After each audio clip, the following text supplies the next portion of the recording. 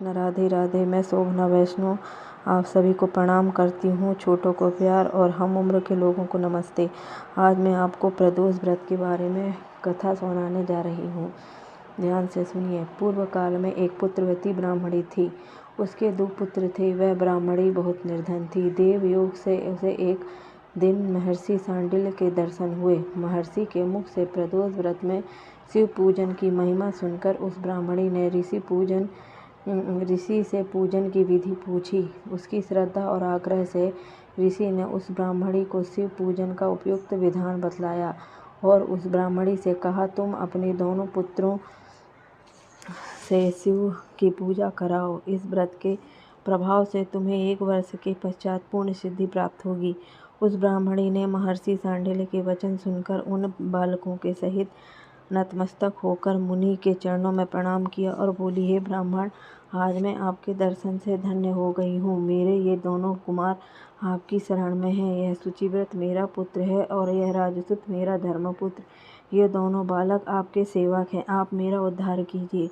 उस ब्राह्मणी को शरणागत जानकर मुनि ने मधुर वचनों द्वारा दोनों कुमारों को शिवजी की आराधना विधि बताई। तदंतर वे दोनों बालक और ब्राह्मणी मुनि को प्रणाम कर शिव मंदिर में चले गए। उस दिन से वे दोनों बालक मुनि के कथनानुसार नियम पूर्वक प्रदोष काल में शिवजी की आराधना करने लगे। पूजा करते हुए उन दोनों को 4 महीने बीत गए। एक दिन राजसूत की अनुपस्थिति में शुचिव्रत स्नान करने नदी किनारे चला गया और वहां जल क्रीड़ा करने लगा। संयोग से उसी समय उसे नदी की दरार में चमकता हुआ धन का बड़ा कलश भी दिखाई दिया। उस धन पूरित कलश को देखकर शुचिव्रत बहुत ही प्रसन्न हुआ।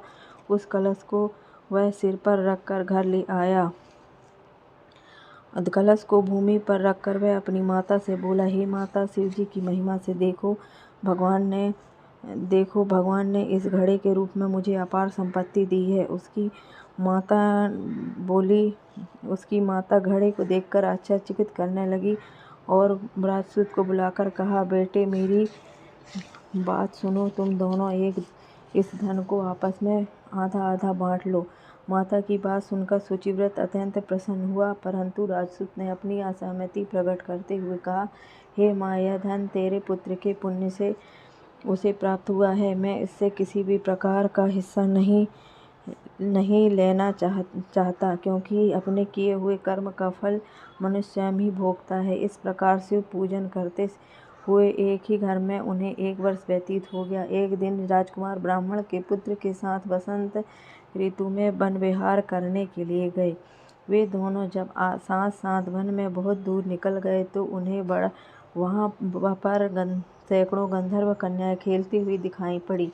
ब्राह्मण कुमार उन गंधर्व कन्याओं को क्रीड़ारत देखकर राजकुमार से बोला, यहाँ पर कन्याएं विहार कर रही हैं, इसलिए हम दोनों को अब और आगे नहीं जाना चाहिए, क्योंकि वे गंधर्व कन्याएं शीघ्र ही मनुष्यों के मन को मोहित कर लेती हैं। इसलिए मैं तो इस कन्याओं से दूर ही रहूंगा। परंतु राजकुमार उसकी बात अनसुनी कर कन्याओं के विहार स्थल में निर्भीक भाव से अकेला ही चला गया।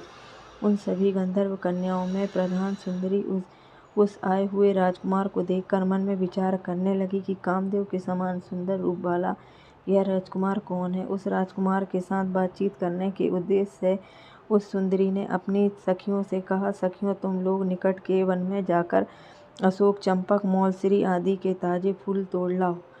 तब तक मैं तुम्हारी प्रतीक्षा में यहीं रुकी रहूंगी। उस गंधर्व कुमारी की बात सुनते ही सब सखियां वहां से चले गईं। सखियों के जाने के बाद वह गंधर्व कन्या उस राजकुमार को स्थिर दृष्टि से देखने लगी।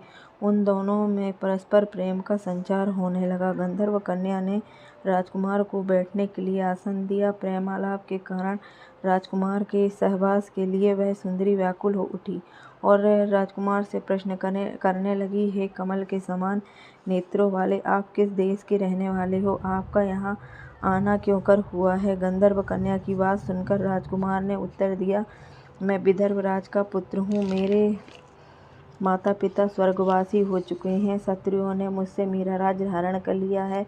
राजकुमार ने अपना परिचय देकर उस गंधर्व कन्या से पूछा, आप कौन हैं, किसकी पुत्री हैं और इस वन में किस उद्देश्य से आई हैं? आप मुझसे क्या करना चाहती हैं? राजकुमार की बातें सुनकर गंधर्व कन्या ने कहा, मैं विदर्भिक नामक गंधर्व की पुत्री अंशुमति हूँ।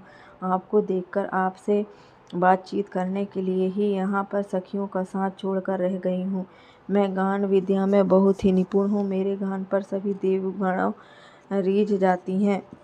मैं चाहती हूँ कि मैं आपका और मेरा प्रेम सर्वदा बना रहे। इसकी इतनी बात सुनकर उस गंधर्व कन्या ने अपने गले का बहुमूल्य मुक्ताहार राजकुमार के गले में डाल दिया। वह हार उन दोनों के प्रेम का प्रतीक बन गया।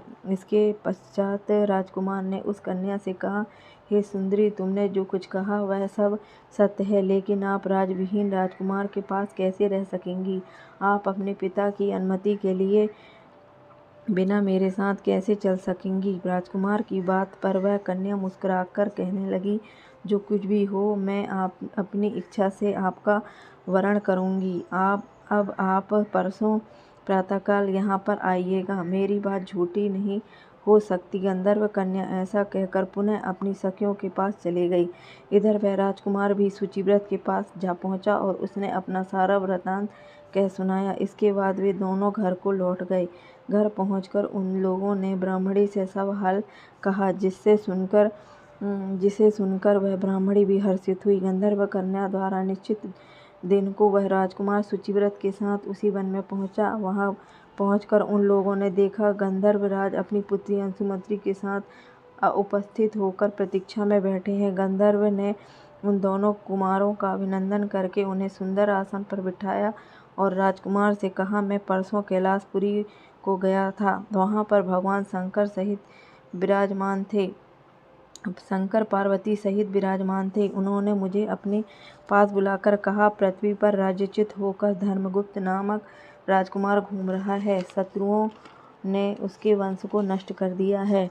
वह कुमार सदा ही भक्तिपूर्वक मेरी सेवा किया करता है, इसलिए तुम उसकी सहायता करो, जिससे वह अपने शत्रुओं पर विजय प्राप्त कर सके। इसलिए मैं भगवान शिव की आज्ञा से अपनी पुत्री अंशुमति आपको सौंपता हूँ। मैं शत्रुओं के हाथ में गए हुए आपके राज्य को वापस दिला दूंगा।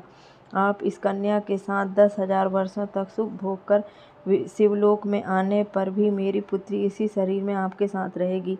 इतना कहकर गंधर्वराज ने अपनी पुत्री का विवाह राजकुमार के साथ कर दिया। दहेज में अनेक बहुमूल्य रत्न, वस्त्र, रथ आदि प्रदान किए। इसके अतिरिक्त दास दासियों सहित तथा शत्रुओं पर विजय पाने के लिए गंधर्वों की चतुरंगड़ी सेना भी दी। राजकुमार ने गंधर्वों की सहायता से शत्रुओं को नष्ट कर दिया और वह अपने नगर में प्रविष्ट हुआ। मंत्रियों ने राजकुमार को सिंहासन पर बैठाकर राज्याभिषेक किया।